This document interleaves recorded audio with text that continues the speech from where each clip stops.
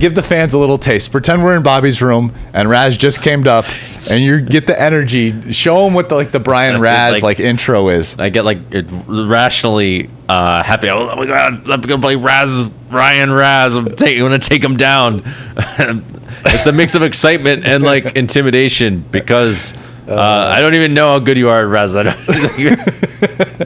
Listen, the people in the Poker Players Championship might not know how good I am at Raz, but they lost a lot of chips to me in Raz throughout the tournament, especially at the final table. Oh, you Brian Raz them? I Brian Raz them to oblivion.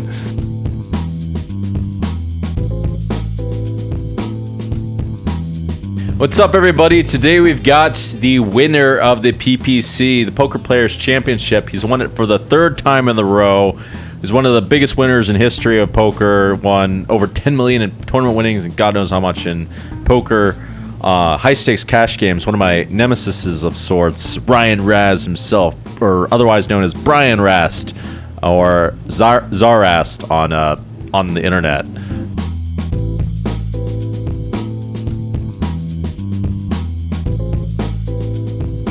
What's up, Brian? How are you feeling? Not much, Jungle.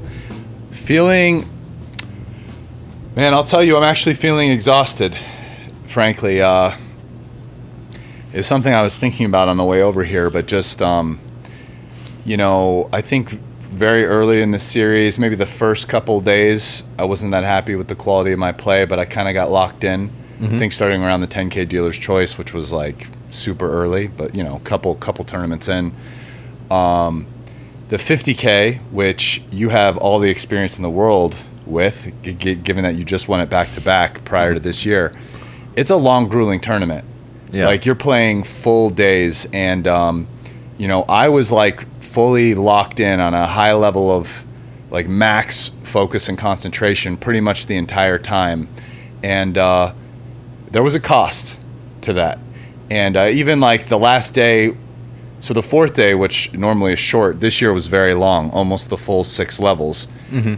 The last day was shorter, but the adrenaline after winning was so high that I really didn't sleep that well that night anyway, just not because I partied, but just from staying up. And then, I had a deep run a little bit after that, and, it's been a month now of the WSOP, and it's just, I'm pretty happy to maybe have a couple days off and recharge right now, mm-hmm. because I could tell...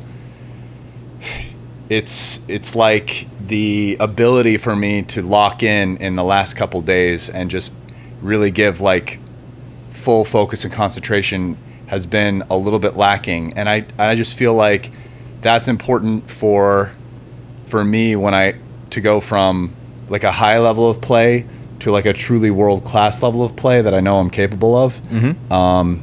And so and it's one of the reasons why this year I'm focusing on tournaments. It's I don't know if you feel this way, but I like being there. As a competitor, there's some positive, harmonious kind of feedback about being in that flow state, being able to achieve that level of concentration and performing at that level. And then, of course, you don't always get the results, but you get the results more often when you're able to play that way. And it's just fun. Mm-hmm. It's fun being there. It's fun getting reads. It's fun picking up little things. It's fun, adapting and all that. And but yeah, man, how am I feeling? I'm a little exhausted right now, and I'm happy. I'm mostly taking today off. I'm here with you. In the next couple days, there'll be more days off as well. All right, cool. Well, I'm glad I'm getting some rest at least. And speaking of this flow state thing, I have felt this a bit. I lack the words as to what it is that drives me, myself, and perhaps you and other competitors to participate so high, other than, I guess it's kind of within us, and also it's more of a rewarding experience, even though with it comes, the long days and the defeats and all that stuff, but it's part of a grander experience of sorts. And Phil Galfond was also talking about this flow state thing as being the key to success for a lot of poker players, and I guess it has something to do with mindset and not overextenuating yourself. Would that sound accurate to you? Yeah, for sure. I think there's a very large mindset aspect to it. Mm-hmm. I think there's a number of people that are realized and are on the train with it, but mindsets can be, I think, looking in from the outside, perhaps an underrated aspect of performance and success. It's not just in poker and like a lot of different competitive fields, I'm sure. Sure. There's a lot of aspects to mindset beyond just max focus and concentration. There's other stuff such as dealing with your emotions, basically excising your ego completely. I mean, it's something that I try to tell myself regularly. It's like, you're going deep in the tournament. I'm sure maybe you had to deal with this, especially on the second time. It's like telling yourself, oh man, 20 left in the money, 10 left. Oh man, like what if I win this back to back? Oh, like what's that going to mean? Oh, how much money's up top? But it's like, well, what's this mean for my career, for my legacy? Like, oh, how many bracelets, this, what? The problem is all those questions which are about your ego, kind of, right, about your achievements. It's like, that's not going to help you make the next decision. In fact, if anything, it's a negative free roll in the sense of like, it can only distract you. It can only make you make a worse decision. It can only make you afraid to make the right decision because now you're attached to some concept about either how well you're playing, how good you are, what your legacy is, or what it'll mean if you win or lose. And that's like completely fucking meaningless to like you just making the best decision you can at the next node on the tree. You know what I'm saying? Yeah. So like, I mean, it's definitely something that throughout this tournament I try, because it's like all the time, oh, like, what do you think about the Hall of Fame this year? Oh, what about your 6 bracelets? So it's not even just me. It's like noise from the outside or even people on the rail, right? Like some guy will be like, yeah, Brian, go get number 6. And I know the guy means well, but it's like, yeah, just like all that shit needs to be just pushed out of the mind because it's not helping. Yeah. Well, yeah, to focus on the present moment and focus on what the matters at hand of sorts. Exactly. And by the way, actually, that's what sold me a lot on spirituality was I realized that I had this realization that it looked a lot like the most scalable way to focus on self-improvement seemed like the removal of ego, which seemed like what was referenced in Buddhism, which seemed to align quite well with neuroscience and all of that as well. And Buddhism and Hinduism are quite closely related to each other in like what they do, and they have some methodology for removing ego to a fair degree. And then there are other things that spirituality goes into, other kinds of meditations and things like that that are supposed to help with that. But it becomes like, it's a tricky thing to implant, even just from a practical perspective. But I know meditation is like a very often suggested thing to get yourself more in that habit. But go ahead. Yeah, I was just going to comment on the thing you just said. Like, how do you implement this? Like, what do you do? Something that almost like my wife kind of introduced this with me. And I remember like during the Super High Roller Bowl, which I won, like this wasn't something I was doing regularly back in 2015, but my wife was like, listen to this oração, which is like an oration to Santa Serra do Cali. It's like a Brazilian saint. And it's like this 3 or 4 minute kind of like little song. And, it's in Portuguese. And she's like, just listen to this. Don't talk to anyone on break, Brian. Just listen to this. And, and like be calm and then go play. And it's like, really, what's that doing? I was, during this summer, I've been doing that quite a bit. And during that tournament in particular, the 50K, I would go on break and a lot of the breaks I'd have it like right at the end, I'd try to like spend 4 or 5 minutes like listening to, there are like a couple songs. And especially on like the day of the final table, I did it every break. Like, this summer I've had different songs. I've had In the Air Tonight by Phil Collins, which has kind of been like my theme song of the summer. And then I followed up oftentimes with Radioactive by Imagine Dragons. Oh, really? And okay. I just like I get kind of hyped, and I'm like just focusing on the song. Same thing in the past with the other thing. It's just the song, not thinking about anything. Then when I'm done, if I go back and listen to music, it's like very calm, like electronic music that's not dancing and with no lyrics. But when I'm back at the table, but it's like, how do you do that? Yeah, I mean, I was using, let's call it an oration or like a particular song, and I'm able to just not think about anything else just like follow the song. So, you know, my focus is not on anything internal, it's on this external thing, and I'm clear. And then, you know, there's like a certain kind of energy release that comes with that. And then you come back and just put yourself in a slightly different state where you're ready to focus and not have distractions with whatever music that is for you. For me, it's electronic music that's calmer, like kind of easy listening isn't the right word, not like intense drum beat and like no lyrics.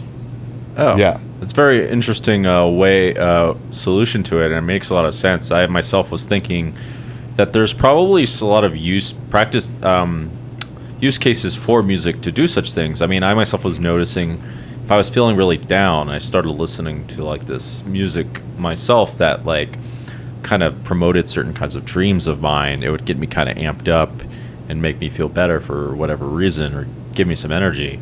But I thought to myself, basically, what you were talking about might be some kind of solution, or it might be some kind of music that actually helps you to be at a more peaceful state, which would be really good for poker. Like, actually, being really zen is really important for poker. People don't necessarily know this. And someone also suggested to me something like Tibetan bowl music as something else that might help, and also playing the flute, which I mean, I've tried playing the flute. It's actually quite difficult, but there might be some spiritual aspect to that. Supposedly, it's very famous in India because Krishna played it, that maybe there's some reason why he played it, but there's a lot of like secrets in Hindu mythology and all that stuff. But yeah, it's cool that you're using this unique method. I thought you were going to quote meditation, to be honest, or like some kind of mental health coach or something. I mean, like I don't use like a coach like on the breaks in tournaments or anything. I mean, I have worked over the years with Elliot Rowe. Yeah. Kind of hypnotherapy, and you know, he's great. Yeah. It's usually something more before a tournament or whatever, and like when I first started playing in Bobby's room, I one of the things I really earmarked as like a problem I was having is even like going in there and playing high stakes, like I wouldn't be focused, like I wouldn't even be like counting the up cards and stud when I like was not a good stud player, especially compared to the people in that room. Like I came in as a big bet player, right? So I'm like, man, you're having a focus issue. Yeah. So, you know, that was one of the biggest things I wanted to work with him, and it's one of the things I've kind of, as I've really improved like that part of my game, I've noticed like what a big difference there is in my results and my performance when I'm really locked in on the A+ game, like super focused, and I'm not. I feel like if I was going to comment more specifically on like say these mantras that I was using, you know, like the Santa Sarita Kali one, in some ways is like would get me like very emotional. Like there were times I was listening to it on break back in 2015 that I remember like almost crying because it's talking about certain things, but then like when I would go back, it would change. But then like with the In the Air Tonight, it's different. It's more like a like super high energy, like pumped up. Sure. Kind of like this is your moment. Like you can feel it, you know. Sure. So like, I just think the important thing is that whatever you're doing teleports you kind of out of you, and you thinking about you and your life and what this tournament means to you, and to like just about what the oration's about. Sure. Right. So you're like doing something else, and it's not like, I mean, the breaks would be 15 minutes, so it's not like I'm doing it the whole break. Obviously there's part of the break where I think it's good to like decompress, think about hands. How did I play this? How did my opponent play it? Like, do I want to make any strategic adjustments, this and that? But I don't think you want to use your whole break for that. Sure. And I think actually the more important part of the break would be the part where you emotionally decompress and you prepare to compete and focus in whatever way. And like I'm suggesting mantras, but you know, whatever, for the next 2 hours. But yeah. Okay. Yeah, I mean, all those seem like great ideas to help prepare over break. I personally, I'll admit, I also struggle with the up cards and studs specifically. I like forget them for no reason. It's super annoying. I feel retarded. I have to repeat them to myself sometimes throughout the hand to make sure I remember them. Yeah. Like literally kind of like repeat it like ace jack 9-5-4, and then like 10 seconds later, ace jack 9-5-4, or like make like a poker hand or something. Like that was what someone else told me as a solution. I mean, this feels like it shouldn't be that hard. It's so stupid. And one thing I've also struggled with personally, it can be a little bit tricky to adjust mid-session to what people are doing with the limited information. Are you like in there looking at every single like hand that people show down and all that? I mean, I would do that for like a final table, but rarely for... When I'm like fully focused, yes. Okay. I mean, like during this 50K, and that's why I'm saying there was a cost, I was like, you know, I don't want to say every single hand of the entire tournament I was completely locked in, but like close, maybe it was like 90%, or it was like a very high amount, and watching people as they looked at their cards, as they bet throughout the hand, trying to like see, because in any event, if whatever happened during the course of the hand or cards were shown, if I could pick up any reads. I mean, I was actually able to get some physical reads like on some different players. Well, it does seem like... Yeah. It seems like a final table would be like the spot where people give off physical tells. Sure, but the thing is that when you're playing with people day after day, I mean, some of the people you play with on day 3, you might not play with on day 4, then you play with at the final table. Sure. Right? It's like a small field tournament like that. So, yeah, I was doing that for pretty much the entire tournament, and I feel like when I can do that and when I can push myself to perform at that level, you know, I'm capable of playing some really good poker, but yeah, it's tough. It's not like, be nice to say like, oh, I can do this every hand for an entire World Series of Poker, but like realistically speaking, I don't think I can do that. You know, I mean, there was even a cost to doing that. It's like, especially when you're concentrating that hard, like if you're not getting like 8 hours of sleep, dude, you start like, I hit a wall on day 4. I was exhausted after dinner because we were quitting at like 2 a.m. I'm driving back to Summerlin. When I get home, I don't eat that much during the day because I don't think it's good to eat too much when you're playing. You want to eat a little, but like not too much, right? Mm-hmm. So when I get home, in order to get enough calories, I'd have to eat a decent amount. So I was doing that, and then just decompressing. Like, you don't go to bed in like 30 minutes or even an hour. Sure. So I'd be, 4 o'clock, I'm in bed, and I don't know, maybe I'm getting old. I don't know what it is. Normally I'm an amazing sleeper, but like during this tournament, I kept waking. Like, I'd set my alarm. We'd have to be back at 1 for like 11:30 or 11:45. Mm-hmm. But I kept waking up at like 10. Yeah. Don't know why. And like, I'd lie in bed for 20 minutes or 30 and couldn't go back to sleep. So then I'd just get up. So now all of a sudden it's like day after day, 6 hours of sleep. And like, dude, when you're max concentration for 600 minutes of play and I mean, man, after dinner on day 4, I hit like a wall. I was exhausted, and I could tell like it wasn't playing my A game anymore. After the break or whatever, I talked with Juliana, and she's like, it's funny. It's like, when you live with someone, and you love them and you have this relationship, like they know you so well. Mm-hmm. So she's just like, Brian, listen, I had a coffee. She's like, she didn't even know I had a coffee. I'm talking to her on FaceTime. She's like, don't drink coffee. Trust me. Refill your yerba mate tea. I was bringing yerba mate every day. Refill the yerba mate tea and go get some sugar. You need a little bit of sugar right now. So I went and bought a Gatorade. And then I during the next, I drank maybe like half the Gatorade, mm-hmm. and then the yerba mate tea, and it actually helped lift me out of like just being like super kind of effed up. Sure. And I was able to finish out the day and play reasonable, and then I did get a good night of sleep that night and felt like super locked in for the final table. But yeah. Oh, cool. Yeah, I think the physiological side of poker is not really delved into too much, but it's definitely something to be taken into consideration. I myself didn't delve into it too much, perhaps because it's a little bit more naturally suited to me, as I discovered, and I just like didn't really give a shit about my health for a long time. Yeah, it's definitely a mistake. And I mean, a couple things about coffee. I think it's kind of a last resort sort of thing. It makes a lot of sense to not take coffee for a lot of people, because most people become less and less sensitive to it. So, and on top of that, what happens is it takes from your energy in the beginning, or it gives you more energy in the beginning, and then it makes you really tired later on. It overall has a net negative effect, according to research. For most people, I guess. Maybe there's, I mean, I'm not an expert in physiology, but whatever, or nutrition. But that's my general understanding.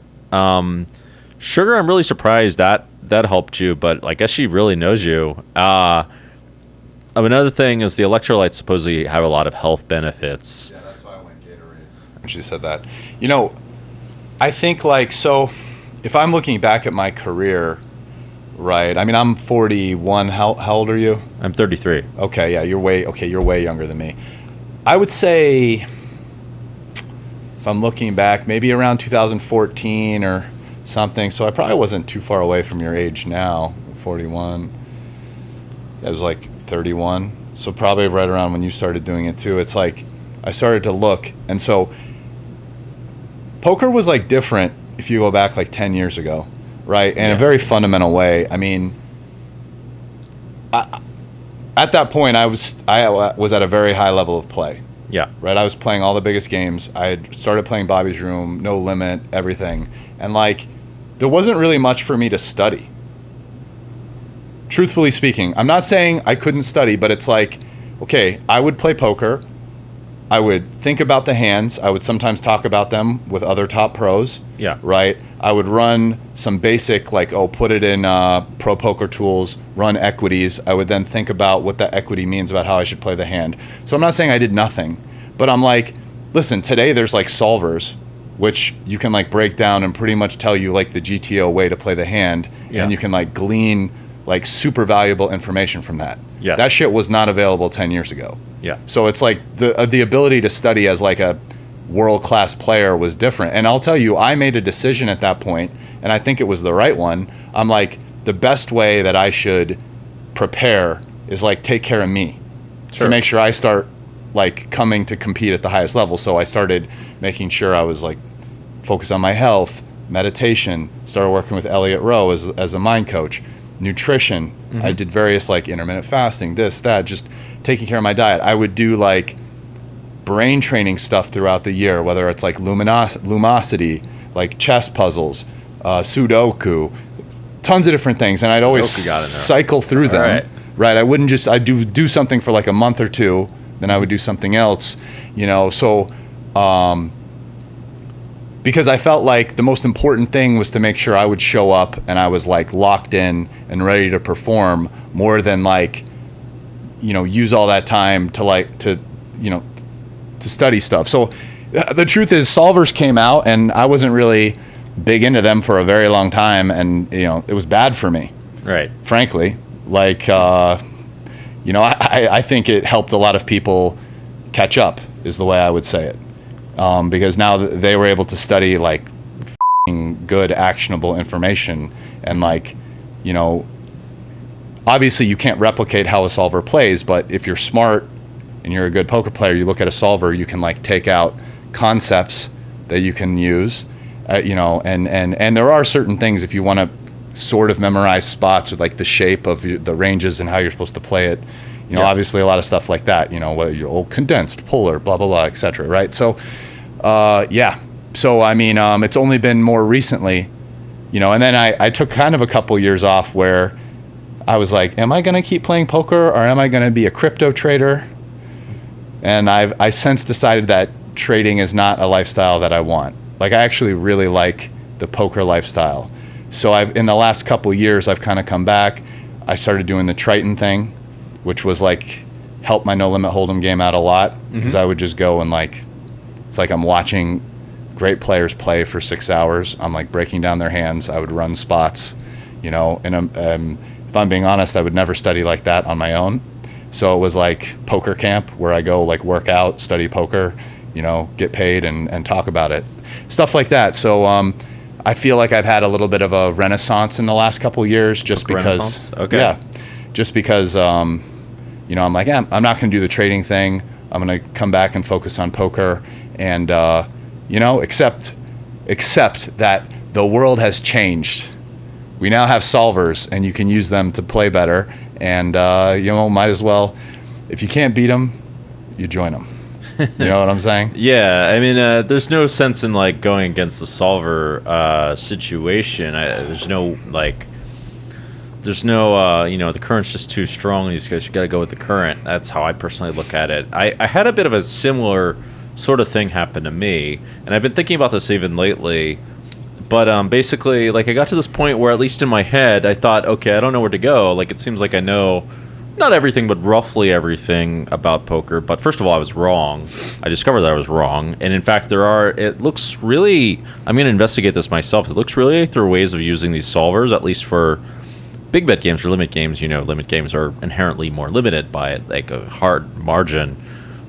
Using these solvers to explore alternative potential strategies, and make other kinds of abstractions of sorts. So there's that, and on top of that, I had this idea of like, okay, well, or slowly I had this idea.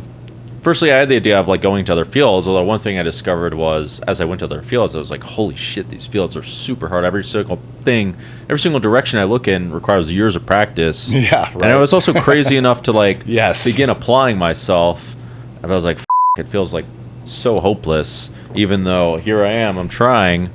But then all of a sudden, as a bit of serendipity, I kind of found different ways in which the avenue of poker could be explored, in which it was no longer this like, not only the zero-sum game in which only few could succeed and be essentially the superstars, as we basically are, but also there's different avenues of sort of winning, which is partly the reason for this podcast. There's different ways that people can succeed and like get something out of poker that isn't just, being the top poker player. I mean, there's different ways of having fun. There's different ways of like making it a beneficial situation for like all of society as well. And I started exploring down these avenues, and it looks like really there's a lot more to do with it. So like for that for me was a bit the poker renaissance. And on top of that, those sort of avenues of like health and nutrition are quite adjacent to poker. And spirituality, I mean, is actually, but it doesn't look that way. If spirituality is a particularly interesting one for me, certainly one's, as I said before, my own personal optimization was how I got sold to spirituality originally. It's very much aligned with that, even though it doesn't look like it. And so that basically had me investigate all these kinds of potential sorts of things. And I think there's personally a deep parallel between spirituality or poker and how, and this guy Joe von Neumann even seemed to reference it, is that there's a parallel between optimal strategy with humanity and with like playing a game of poker, if that makes sense, in that you can't control what other people do, but you can you can decide what the optimal strategy with dealing with people are. And a lot of the time people are like, I mean, and this is a bit of a controversial idea, but I view people to some extent to more extremes. I mean, there's many outliers or whatever, but it's kind of up for the people to decide. It's sort of like probabilistic, almost machines in a lot of ways. Like a lot of the time, like most people respond to things in poker the same damn way, and they respond to what you do to them very similarly a lot of the time, which isn't always a bad thing and not always like 100% predictable, which is good. But like you can kind of guess at what roughly the percents will be. And so that applied to altruism and like making a greater good really intrigued me. That's something that can be like really unscalable, or really, really scalable, and really unlimited is the word I was saying. Well, I think philosophically, obviously, when you say people can be like probabilistic machines, clearly there's a debate about to what extent people actually have free will. Sure. Right? And, I'm not going to pretend like I have the answer to that, nor do I really have, I'm a person who, when presented with, let's say, conundrums of that sort, I tend to not make claims about what the truth is. Right.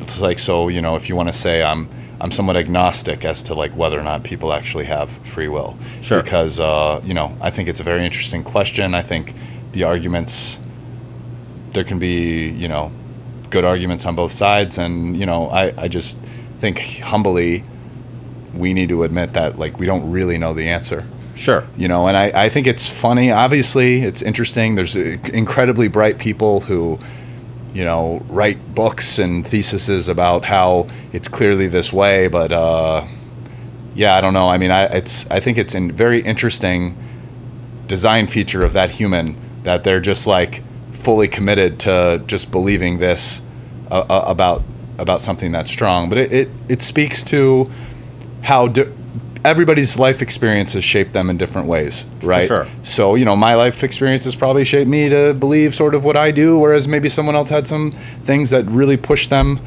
in that direction, you know, to believe, like, say, humans are deterministic robots, that, like, everything that's happened to you in your life somehow makes you do exactly what you're doing right now. We're just don't have brains or computers large enough to really comprehend and, like, put all that information in to get the output. Sure. Or the other one, which is like, there's some reason, whether it's God or whether it's, you know, on the fundamental level, particles don't even know what they're going to do, and somehow that like plays into the cellular level and then causes people to be able to have free will. However you want to explain it, right? But yeah, it's an interesting philosophical question at the very least. I don't know if like that view like 100% works, and certainly there are outliers. I mean, even Lid Bory kind of talked about this, and there's like all kinds of labels for like unusual events and whatever. And there's events that are extraordinarily unlikely that effectively can't be accounted for, blah blah blah. But I mean, it works roughly at least to a fair degree, right? There's most of the people, if you do something good towards them, they're going to do something good back, and if you do something bad towards them, they're going to do something bad back, and that kind of thing. I mean, there's like various buckets where you can put, you know, your actions, and you can kind of predict what their responses are going to be, and poker strategy kind of works in a similar sort of way. You know, you raise and you think about how you're going to get the most money in, you know, or you check thinking, okay, this is the likelihood that they do this with this portion of range. And if you get really analytical, you say, okay, like you go through all the different trees based on the certain actions, and then you see roughly what the best strategy is. I mean, I think there's some kind of comparison there. It gets really complicated with dealing with people specifically, and what's really like the most. I mean, one thing that fascinated me is what was the most optimal way of making a positive benefit. I mean, it's partly what made me make the podcast is awareness being one of them. I mean, that goes into a deep philosophical debate. Yeah, no, I think what you're saying is definitely true. I think, you know, I love poker, and I have a deep respect for it. I feel like it's starting to get the respect that it deserves as a game. Yeah. Right? I mean, if you look at game complexity, poker's actually on an order of complexity similar to something like chess. Mm-hmm. Because of the hidden information and certain aspects to it, it's actually much more difficult, you know, for us to program computers to play as well as they would play a game like chess or backgammon, where they play great. They play on a near perfect level that humans can't even touch. Right. Whereas in, you know, maybe it's not quite there yet with poker, especially not in like multi-way and this and certain variants. Yeah. But yeah, it's the interesting part about kind of what you said is it's like there's just so many aspects of poker that make it very interesting and applicable to life. Both, hey, you know, we can use poker as like a smaller game in order to study, you know, like political situations or something else with like hidden information and opponents, you know, acting in their best interest. Or, you know, different of the other thing you said, which was very true and interesting, which is like poker's not just about, you know, there are some people who, you know, and maybe for you and I and some other people that we know, who it's like, wow, okay, I want to play poker on the highest level and, you know, make a lot of money at it, and, you know, how good can I play compared to the best players in the world and stuff. But for many people, it's like an enjoyable way to play a game where you combine both chance and strategy, and like interact with your friends. Yeah. You know, it's, everybody likes winning money, but it's not really about the financial aspect as much as like the social aspect, about challenging yourself at something where you're gambling, but not like baccarat, which requires zero thought at all. Right, yeah. You know, like just pure chance. I mean, yeah, you can sweat the cards or whatever, but like there's no thinking involved. It takes some skill to have some fun at baccarat. But like, so yeah, I mean, there's just so many ways to get something out of poker. It's such a rich game, and I feel like more and more people, because of how popular it's gotten, are starting to understand that, and give poker some of the respect I think it deserves. Sure. Because you know, I mean, like people say, oh, it's like there's luck. Okay, great. I mean, the luck is a feature, especially if you're a professional. Like the poker economy wouldn't exist if there wasn't the large amount of luck that there was, because like bad players need to be able to win sometimes. Right. If they just lost every single time, because like it's chess. Imagine some mediocre player with like a 1600 rating plays, you know, Magnus.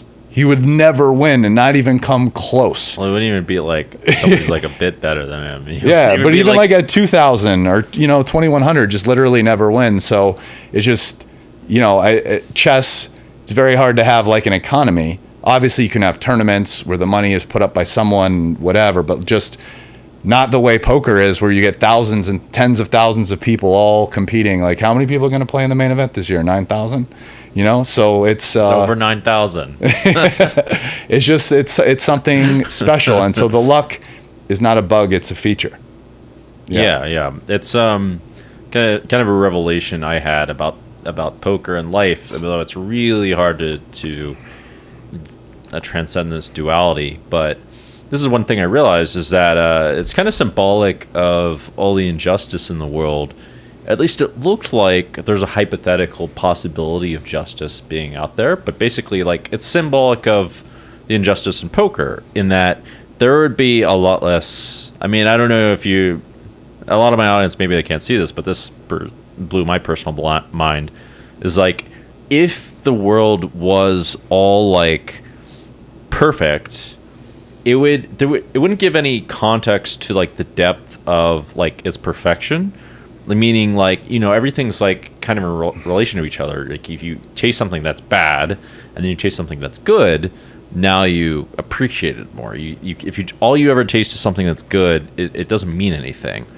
And so, because of this dynamic, now that there is injustice and whatever, and that it can be there can be some form of justice, and something good at the other end of all the bad things.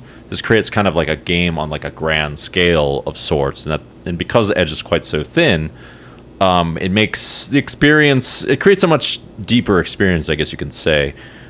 Similar with poker in comparison to chess, where, like, you know, in poker now we can see, you know, with a bit of science or whatever, you can see very clearly. Okay, even if you're running super bad and you like, it looks like there's no fucking hope. Like, if you experience it enough, you can see, okay, there actually is. In fact, and science will say very clearly in the theory, you know, the downswing is only temporary. It's all just a matter of like, of whatever, and that's really where all the value is that gap between, the gap between like losing and getting there, if that makes sense. The gap between like the depths and the highs somehow, and being able to like get through those lows. Yeah. There's something you said towards the beginning of kind of the argument you just presented that I was thinking about recently myself, which is appreciation. Mm-hmm. I mean, appreciation is really a very like relative concept in a lot of ways. I mean, I was kind of just on Twitter making some intellectual points more to just debate. And like one of the things I had brought up kind of is I was talking about, what was I talking about? Anyway, the point about appreciation is at one point I said, okay, well, like in our democracy, you know, I would argue that in our democracy, a lot of things aren't operating very well right now. Sure. Right. Yeah, I mean, there's a very high level of, you know, like both sides are very extreme. There's very little cooperation. Seems like there's very little incentive with the polarization for both sides to want to cooperate with each other.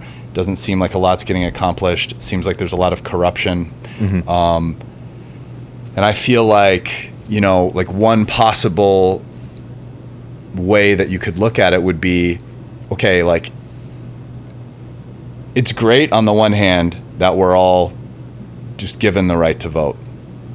But maybe people would appreciate it. Like, when you look at things in life, it's very easy to see that when people have to earn something, they always appreciate it more than when they're given something.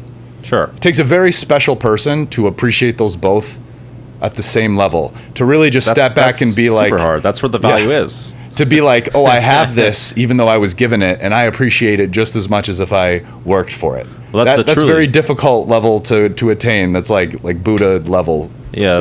That's true gratitude. That's like gratitude in the extreme.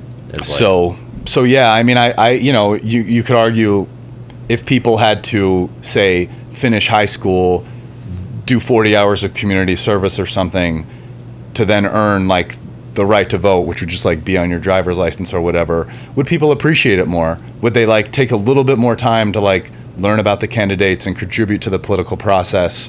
Right. Like, rather than just, you just turn 18 so you get to vote. Right. Right? I don't know. Like, I know that the founders of democracy, let's call it the ancient Greeks, they definitely believed in a citizen's need to contribute, right? So I get it, Sure. Citizens were landowning males, but out of the landowning male population, like, if you didn't contribute civically, there were punishments. You got fined, or literally you got painted red, so Right. people could see in public, like, this person is not contributing the way that they should. Okay. Right? So, I just think, like, there's a little bit of death by apathy in our society. I agree with that. And yes. so, with something like that, I get it. There are a lot of obstacles to implementing it fairly. Like, could there be like racial problems with it, class problems, many things? I get it. And you would obviously try your best to work it out in a way that would mitigate to the largest extent possible those concerns. But that said, implementing changes like that, I think, not that I'm going to make it happen, but I'm just saying, if like we thought about it and implemented changes like that, I actually believe that it would have a positive net effect, especially if you're able to mitigate some of these other concerns as much as possible. But like, whatever. I started that argument, among other things, on Twitter. I got a lot of interesting responses, but it's just, I'm saying that, what you were talking about is something I've, the appreciation kind of aspect of things in life. It's definitely something it was on my mind even like a month or two ago. But yeah. Sure. And by the way, poker helps you see these kinds of things from like a macro perspective a lot. You see them a bit in like how private games work a lot. Like, private games tend to actually be pretty understandable in some kind of way, in that, like, I get it that you have to provide some kind of value, and if you're like a really good pro, you take from that. I actually support, I'm a bit more controversial than most pros in that I support the private games happening, and that I believe people should make their own choices with how they want to play and things like that. As a guy that's like locked out of like all of them. But like, if you don't contribute to the whole group, you're essentially stealing from the whole group in some kind of way. Like, even it works in parties. If you're the guy that, he goes to a party and everyone's having a good time and you're, all negative energy or whatever, you're sent and like demanding attention from people. People don't really look at it this way, but you're stealing from that party. And there's various other examples. Like, if you're taking money from a group and not giving anything back, you're stealing from it. And even in it's like the one thing I quote a lot is, if someone doesn't give back in some kind of way, they end up taking from the whole system. Which is in Hindu mythology, actually, in the holy text from Hinduism, it says, like Krishna says, if someone doesn't contribute back, they are a thief to society. I mean, just the concept of stealing is just like, you go look at the grand system. It doesn't have to be like literally money. It can be anything. It can be in the form of energy or whatever. And so it inspired me of like, okay, how do we actually solve these problems? One is like the podcast. Okay, talk about it. That's one thing. But I mean, you're even getting at, there's many different like permutations below where like, how do we solve these specific problems and all of that? It's a totally different discussion. Kind of like depends on what someone's passionate about. And kind of leading by examples, what I personally think, and doing it. Like, if you don't do it, then who else is going to do it? Doing like something. And there's many different ways to do things, right? There's many different ways to give back. But this creates like kind of this, how do you say, feedback loop of creating something more and more, and creating something where now it's a whole thing that like everyone can enjoy. It's kind of like the whole theme of, it seemed like the whole theme of like Burning Man culture, for example. But you see this principle everyone over and over in many different places. You can call it like something like a, how do you say, like a greater than zero sum game. I mean, that's what intrigued me about the possibility of turning poker into something like that. It was sort of symbolic, like the way the world works, because there are many non-zero, or there's many, or less than zero sum games, and there's many like greater than zero sum games. It's possible to create this whole like economic system in poker into a greater than zero sum game. That's kind of what got me into this idea of like promoting improv and also promoting the dream somehow in poker, and like trying to make it entertaining. And well, I don't think monetarily poker will, I mean, it can never be greater than a zero-sum game, but obviously there's other aspects in which it can be, and maybe already is, because like some people get, you know, other things out of money. I mean, even the private game discussion sort of gets at that, like what happened to drive this change, right? Like people have the right to assemble in however they see fit. I mean, I think that's part of a free society. And, you know, previously I think there were many more people who would come play at casinos, but due to many factors, one of which is the increasing gap of skill between, you know, the pros and the recreational players, but also just what went along with that increasing skill gap.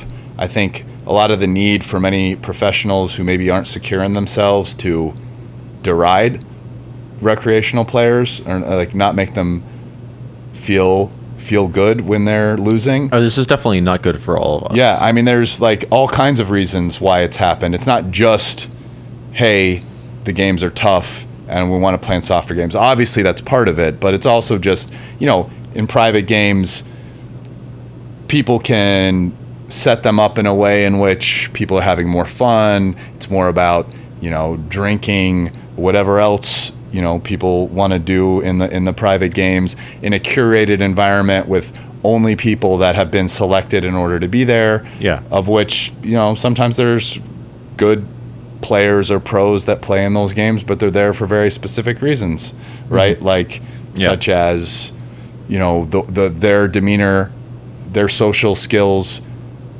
have all put them in a situation where they're able to play. And, you know, I think at the end of the day, that's part of, you know, what makes it a positive sum game. Well, someone that's losing money and knows that they're losing money, at the very least, wants to have a good time, wants to enjoy themselves, wants whatever else they want out of it, a challenge or not, or whatever, you know? So I think, you know, a lot of that kind of makes sense the way it's shaken out. And, you know, nobody has, you know, you don't have the right just because, you know, let's say you're a professional and you've learned and gotten good at poker, like you don't have a right to play with certain players. Sure. You know, you have a right to play if it's a public game in a casino, you can put your name on the list and play. But like if people are doing whatever they want to do, I mean, that's just the way the world works. And so you either adapt and change, or you beat the games that you can play in. And those are your choices. And that's, you know, that's it. Right. I mean, so, you know, I think people oftentimes get really lost in this concept of, you know, what they deserve or what they think is fair or not, which is very frequently, if you really listen to somebody, very much shaded by some sort of feeling of whether it's like contempt or like that situation is detrimental to them. Like it's very like influenced by like their ego, as opposed to like really thinking about it objectively about whether or not that's fair. Right. So, you know, I don't want to say that in the entire private game and certain thing you couldn't come up with like a particular example of something that maybe, you know, was a little weird or unfair or this, but for the most part, I mean, it just makes a lot of sense and is very fair. And it just is what it is, you know? And I just think like,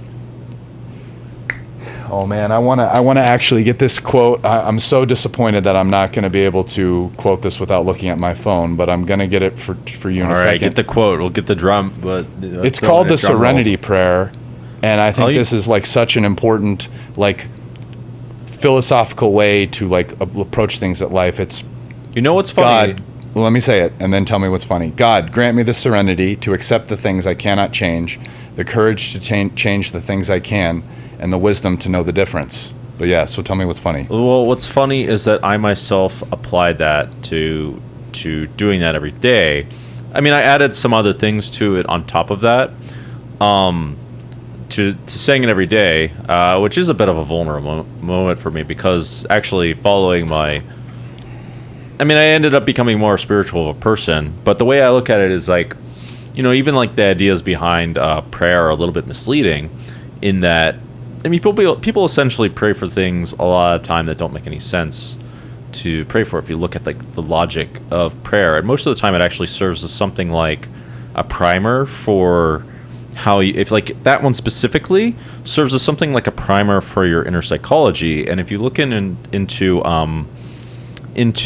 Hinduism, and this actually relates to Goku quite a bit, like I remember you writing, shout out to Goku. You asked me to wear the shirt, but okay. I remember you writing something about Goku on Twitter. I'm going to connect this all in a second, but where like Goku was like kind of unattainable. His level was like kind of unattainable, but hear me out. I don't think that's true, because in Hinduism, generally speaking, like the whole idea is like, what is it that actually creates the entire world?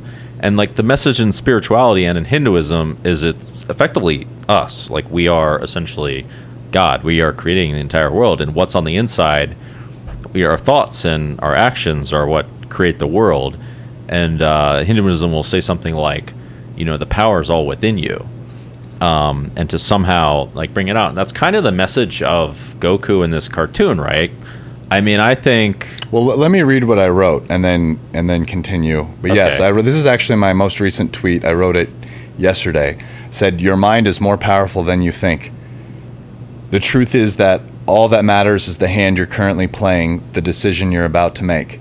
All the rest, everything you've ever done, is noise created by your mind to distract yourself from being in the moment. Mm-hmm. Show me someone whose ego is doing a circle jerk, and I can show you someone not playing their best. In order to be in the state of mind to perform like this day in and day out, you have to find joy and passion in your craft. If you can't find that, it's inevitable that you'll get distracted in one way or another." And this is where I tied into Goku. Goku is the best because he loves what he does, leaves his ego aside, and puts everything into it every single time. His level is perhaps unattainable, but us mere mortals can strive. See you at the table, friends. And then I got a little gif of Goku doing his thing. Anyway, so continue. Goku's hard to achieve just because he's like almost perfect behavior, but he still f***s up a lot. Well, I think the thing that's, I think when you look at Goku, one of the things that's like so, man, listen, it's one thing to say, I'm going to put everything into it every single time.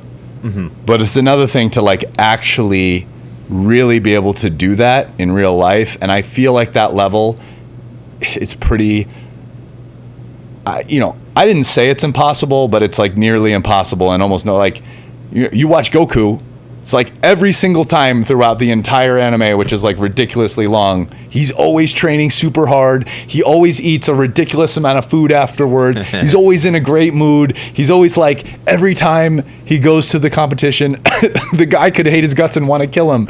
But if he's a great fighter, he's like, wow, that technique is amazing.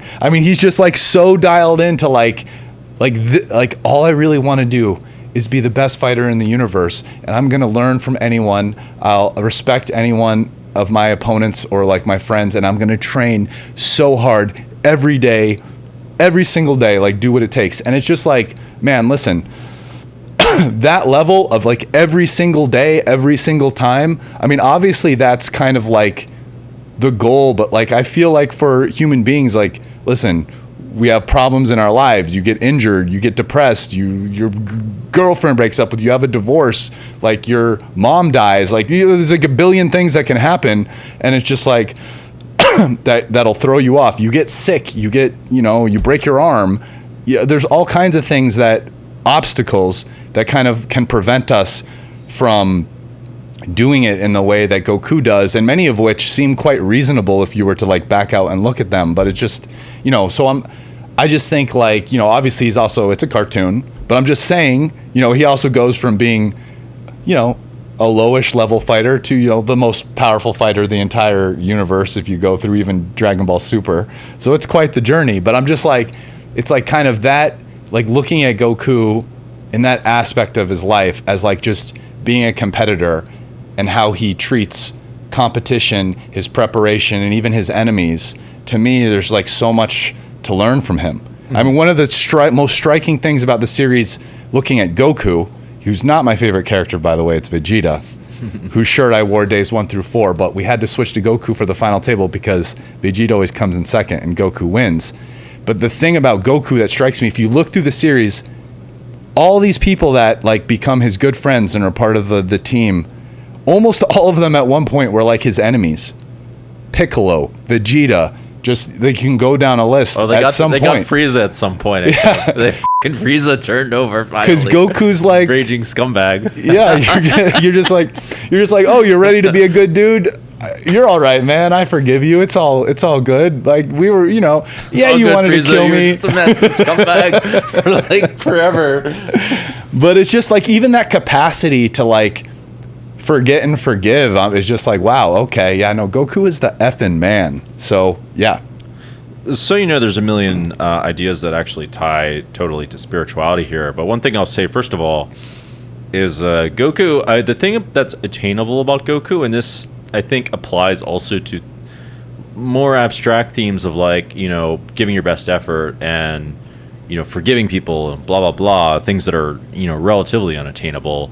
But your mistakes, like Goku gets his ass beat kind of a lot, and right. But what makes him, and I was even talking to a world class fighter, and what makes him and this world class fighter, he said the world class fighter said a true champion perseveres through anything, right? And that's what Goku does, going for some fucking little kid that can't do anything to at some point he wields divine power as like almost angelic power of sorts, which I find inspiring. And the process in between is represented by evolution, and actually that's one of the reasons why I chose the necklace, the evolution, the necklace that represents, or symbol that represents evolution, as my necklace, the Sri Yantra. It's like supposed to be the most powerful symbol in Hinduism.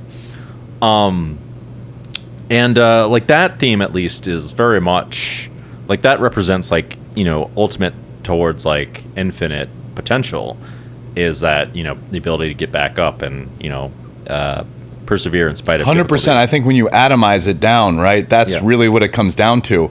It's like the journey of 1,000 miles begins with a single step. Like the path to greatness, like the world class fighter, he didn't get there in one day. Yeah. He every day trained, he dedicated himself like to the smart way of training, to train to his fullest capacity, right? Like there was all kinds of little decisions, all kinds of days where he was probably hurt or like sore or whatever. I mean, like that's one of the things, I mean, in everything in life, like it kind of comes down to like, what is your decision you're going to make today, like right now, about how you're going to further yourself towards this goal that you might have. And the truth is that it's difficult. It's like that battle with yourself is everything. Sure. Like you are your own worst enemy. It's not what's happening out there, it's yourself, and that's, so like you really hit on it with that. And it's like fighting is almost just like poker, this like great way to abstract everything in life. Like this struggle that you have with yourself to like overcome the adversity, to have the discipline to do what you need to do to get to your goal. Obviously there's smart ways to do it, but it's like one of the most important things, it's like I kind of learned in life, is that like if you were going to say be here and you want to get here, Yeah. Like, and you're going to say, to go from A to B, and whatever it is, like, and you're going to assign an importance from like 0 to 100, but in two things, but you only have 100, and it was like willpower and method. Mm-hmm. You know, what's the right way to assign it? And like the truth kind of is, it's 100%. If you only had 100, you go 100 willpower. Because if you were the most determined person in the world, even if you didn't necessarily use the best method, you would find a way to get there. Sure. Right. Well, now, obviously, if you're going a little bit, if you're going over 100, then you start doing method, because like the smartest method, you want to have that. But once it's like the willpower, the determination, the drive, is it. And like, that's the thing. Like when you sometimes look at these people that have become like the world's best fighter, the world's best this, and you then look back, what you'll see every single time is like an amazing, like almost superhuman level of like dedication, like day and day, to what they're going to do, and like willpower to become that. That's like inspiring if you really look at them. But yeah. Sure. And so, even, I think that even that can be cultivated. Like people, I think, often think to themselves, this is where like thought becomes who you are to some extent, and action becomes who you are, even on micro levels. Like people can think to themselves, oh, I was lazy, blah, blah, blah. I can't do that. I think a lot of that is a bit more self-fulfilling than people think. Like, and also, your habits are things that you keep growing over time. It's not like you go from, for at least most people, you don't just like all of a sudden have amazing willpower and amazing abilities. You keep growing at them over time. But even like the energy seems, to at least a fair degree, like how much energy you can have is built on. Certainly for, things become easier and easier, so you have more capacity for certain things. But like I myself, like when I was in college, I imagined myself to be, I don't know about you, I know you were valedictorian, but when I was in my grades sucked in college and I thought I was lazy, and then poker got me really motivated. Personally, I was working quite hard at poker. And even at college, high school, I did like the bare minimum, to be honest. But I happened to be pretty smart and got good grades. But I think there's so many examples out there where people like are depicted as not smart or not having energy or whatever, and they're still able to like find those things within. Actually, David Goggins was a good example of someone who was like supposed to be stupid, but I think he says some pretty smart things sometimes. It really doesn't look like his life's going anywhere for a long time, but somehow he like makes it work and becomes like ultra famous and all these sorts of things. He's like more famous than either of us actually, and for a while it just certainly did not seem like this guy's life was like gonna be anything. Yeah, and listen, I don't want to make it sound like I think being great or like one of the world's best at something needs to be, there's many things that can make your life fulfilling. Yeah. That doesn't need to be part of a great life. But, it is for some people and it isn't for other people. And even for the people who it is, I really would hope that something other than that also fulfills them, because at some point, like, that will lose some of its luster. And, I think like human connection and a bunch of other things are for sure more important. But so I'm not just because we're having this discussion, I just want to make it clear I'm not, promoting nor of the idea that like this is the be all end all. That said, I think most people are very naturally drawn to when someone achieves like an extraordinary, almost like superhuman capacity at something. Dude, something like just, especially with the advent of the internet and filming and everything, it's like you can sometimes see these like crazy, extraordinary people like doing the things that they've dedicated their life to. The thing that stands out to me, I'm trying to remember the name. Did you see, what's the name of that movie where the guy like Free Solo? Oh, Free Solo. Did you see this? No, I didn't. Dude, you have to watch Free Solo, man. Like this guy, I can't remember his name. He's like this, like free soloing is when you climb a rock face without a rope. That's nuts. Okay, he climbs a very difficult rock face. Okay, the culmination of it is he climbs this very difficult rock face that's like 4,000 or 5,000 feet high with like some very difficult things with no rope, and does it in like record time. Now, in order to do that, he trains on that rock face for a very long time with a rope. Especially, dude, there's some like the boulder problem and certain things in that are like pretty crazy. Like what he's doing and then does with no rope later. Yeah. But like, to me, like that is probably one of the greatest physical feats like ever performed by a human being. And it's like we get to like witness this. Mm-hmm. And it's like, yeah, I mean, is that a little crazy? Sure. But from the other aspects, dude, it's inspiring what this guy did. And it's like, you're just, you for 2 hours of your life, you get to experience it. And it's like, even though he actually succeeds, I'm telling you, watching him do the climb at the end with no rope is like one of the most anxiety given things. You're like, dude, what the hell is going on here? Like, don't fall, bro. Even though he makes it, it's so crazy. Anyway, just you got to watch this. Free solo, I'm telling you. Yeah. Yeah, I mean, stuff like that's really inspiring, and also, I mean, it's that is partly what makes the story is all the emotions. Like, is this guy actually gonna do it? Like, maybe he actually dies. We don't know about it. But even just watching it, like his mindset, the way he treats, like, obviously it's dangerous. Like he has a girlfriend who I think they end up marrying later, who's like supporting him through it, and like their relationship. It's like very interesting. It's kind of weird to see that these days, but it feels like it's not the mentality of a lot of. Well, I don't know. I think it's not the mentality of a lot of men and women, to be honest. That's like another subject, though.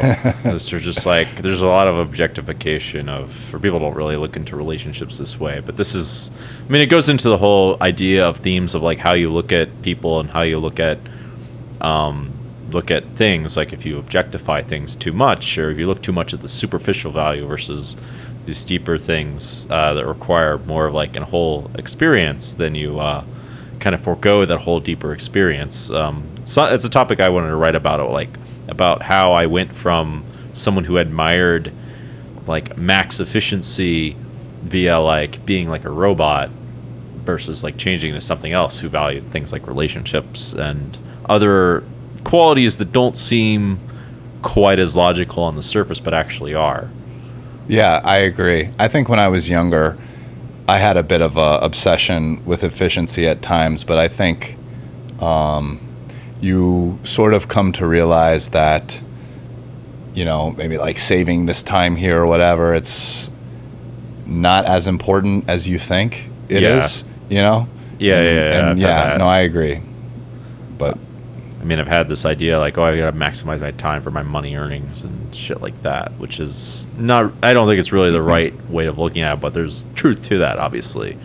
I wanted to ask. Well, I think when you're coming up in poker and you don't have a lot of money yet, that mindset makes more sense. Sure. Because you do want to spend your time in a more efficient way. I think you don't want to lose yourself into like making your whole life about that. Mm-hmm. You can maybe make, this, like during the Worlds, let's say you come out for the World Series. Well, today, what am I going to play? Okay, that's a great time to use that calculation if you want. Yeah. On a cash game versus a tournament or whatever. But then, you can't make like the 24 hours of your life away from the tables, especially like always all about that. Right. I think that's like a key to be very unhappy, and it's not a sustainable way to live. But yeah. I think there's some other hidden truths in there too. Like, it goes back to, well, actually, this is like a seemingly unrelated thing, but maybe I'll hit on it with this topic. But why is your favorite character? Why's your favorite character Vegeta? Even though you won with Goku and Goku always wins. Well, listen, like I said, I did actually wear the same Vegeta shirt, which is my favorite shirt for days 1 through 4. So it's a blue shirt where he's going like this. Listen, when Vegeta comes in the series, he's obviously a pretty bad dude. Just like offs people, no problem, like zero moral compunction about whatever it is he needs to do to further his goals. But I just feel like his transformation over the course of the series is really interesting, really well written. He's just like, because he comes in as such a flawed character, seeing him change to me made him my favorite character. Other things about it that are kind of cool is, in a way, sometimes Vegeta, his like analytical way of breaking certain things down, I think can be better than Goku. The way he breaks down some of the fighting, talks to other characters, I like that. Relationship. Okay, like Goku is like, listen, Goku was never meant to be married. Let's be real. It's like, hey, Chi-Chi, what's up? Okay, well, I'm going to go for a few years now to this other planet to train because, like, I can train with the best fighter in the universe. Thanks, Chi-Chi. Bye-bye. Okay, it's like, listen, Goku, you can't, he's just like this force of, like, I'm going to be the best to ever do it. But it's like Vegeta at some point when he, like, falls in love with Bulma and they have Trunks, he's like, no, I'm going to, like, kind of take care of my family also because I love my wife. And they're just relationship where, you know, like Goku's like, you know, going to do his own thing like 80-90% of the time, other than a brief period of time where he farms, and you can tell he really doesn't like it very much. Like Vegeta is, you know, just kind of more committed. I feel like the way he like loves his family is a little bit more kind of like natural in the way like a father should. So I don't know, there's just a lot of things about him and his but most of all it's his transformation that to me is just so cool. But yeah, I forget exactly how he transforms. There's just like one moment where he does this like thing that's like characteristic of like actually a lot of things that go on in society, which is selling your soul to the devil. There's all kinds of variations of that, where he like becomes like an ally to the enemy. This Majin Buu character is like this like superhuman thing that is like pure evil or whatever, and then like somehow realizes, okay, he can't stop them, and realizes, okay, well, all I can do is sacrifice myself for something greater. He fails, but like that's but how it's he, noble what he does. Was like his way of redeeming himself. I mean, even another thing with it is obviously like Goku is in some ways this almost perfect character even from the very beginning in like so many ways, but like Vegeta, you know, he has these flaws, and you can just see like it's so interesting, even like his kind of like envy of Goku. Oh, he's the first one to learn Super Saiyan. Oh, and like that envy just pushes him to do it next, you know? Yeah. But then like later at the very end of like DBZ, that speech he gives where he like really truly just like appreciates Goku in the moment. It's just like, I don't know, it's beautiful, man. It's just seeing him evolve. So to me, while Goku is and almost like this with like the training, it's the idea, it's like this kind of ideal, like perfect, like person machine to like improve and become the best fighter ever and like forgive his enemies and like move on. Vegeta is like this very flawed human being like all of us, who's dealing with his personal foibles and overcoming them. And like becoming like a really just good dude by the end. And so to me, I'm just like, yeah, man, Vegeta, you know, I mean, I'm not perfect, but I'm going to try my best like him and overcome my problems, and, you know, and then love my family and, you know, whatever. So Vegeta's my guy. So, you know, I think there's a certain subtle lesson in Vegeta in that he was always driven by like envy and like these things and that pushed him quite a far, but it also created a bit more of a painful experience for him. Whereas Goku was always trying to like learn from his enemies and admiring them, and he's like, wow, that's actually really good kind of thing. He was like often learning in that kind of way and like trying to apply what they're doing and like respecting them, whereas Vegeta wasn't like, he was going the other way, where he like saw himself as like arrogant and better than them until like they proved him wrong. He was like, oh, I gotta be better than this person, I'm a prince, blah blah blah.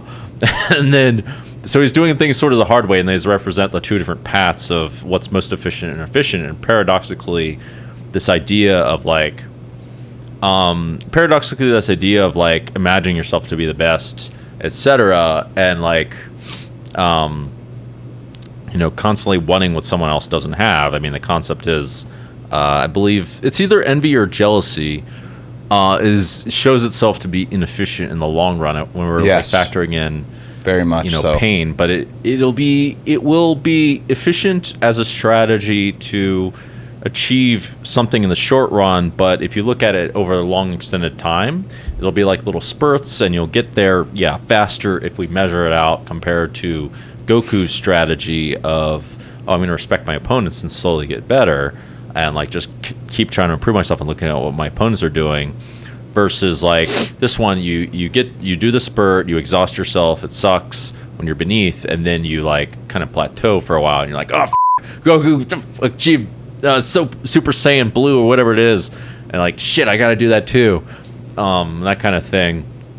Yeah, I mean, I think envy, there's a reason why it's one of the 7 deadly sins. I think it's very poisonous.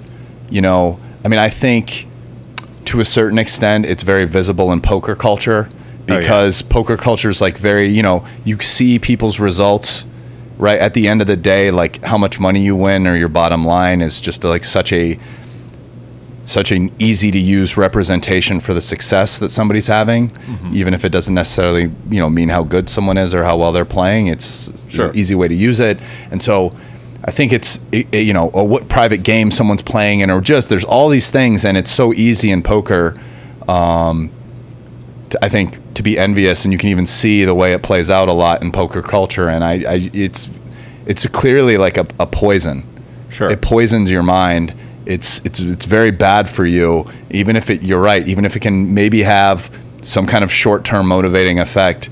There is like no way that in any way comes close to overcoming the poisonous way in which it will affect you over the long term, in my opinion. And that's why it's one of the 7 deadly sins. It's why, even looking at Dragon Ball, it's like one of the things where the pairing of Goku and Vegeta, obviously Vegeta learns more from Goku, but like over the course of like the super long anime, like both of them have things that they learn from each other to like become more perfect. Like Vegeta learns from Goku's example of like not being envious, and like, like eventually training for like the love of it, like for the pure love of just improving, and even like, Goku, obviously when it comes to, strategic thinking and, brilliance of thought and intelligence, like you pretty much argue Vegeta's like kind of far ahead of him. There's just many moments in the series where Vegeta just like very quickly kind of breaks down exactly like,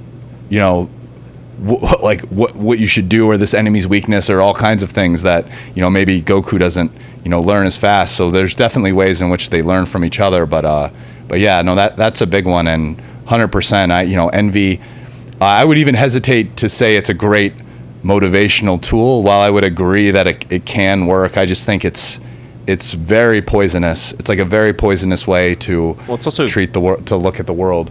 It's also bad for the overall system by quite a lot. And so, there are a lot of situations that happen where, it's a super tempting opportunity. I don't know if it really is in poker, but like my thinking is more like in the arts and Hollywood, where like people like really want to get, they really want to like, get that break or whatever. And it's like super tempting in those avenues. I mean, it's hard for most people to, the Buddhists are all kinds of, all these sorts of like, I would call them short-term strategies, or these negative strategies, are essentially forms of ignorance. And if you look at people's perspective, they seem to make a lot more sense. I say that, and like, it's really easy to say that and like, make various mistakes yourself, or like, get really angry when people do that. It's hard to be the fucking Buddha, or Goku, or whatever. But that seems to be an idea that resonates in theory, if you really look at them all in the super long run. And like I said, it's ultra complicated to like, really put those into practice. It's just, I think it's worth considering if you're really like thinking, okay, what's best for myself?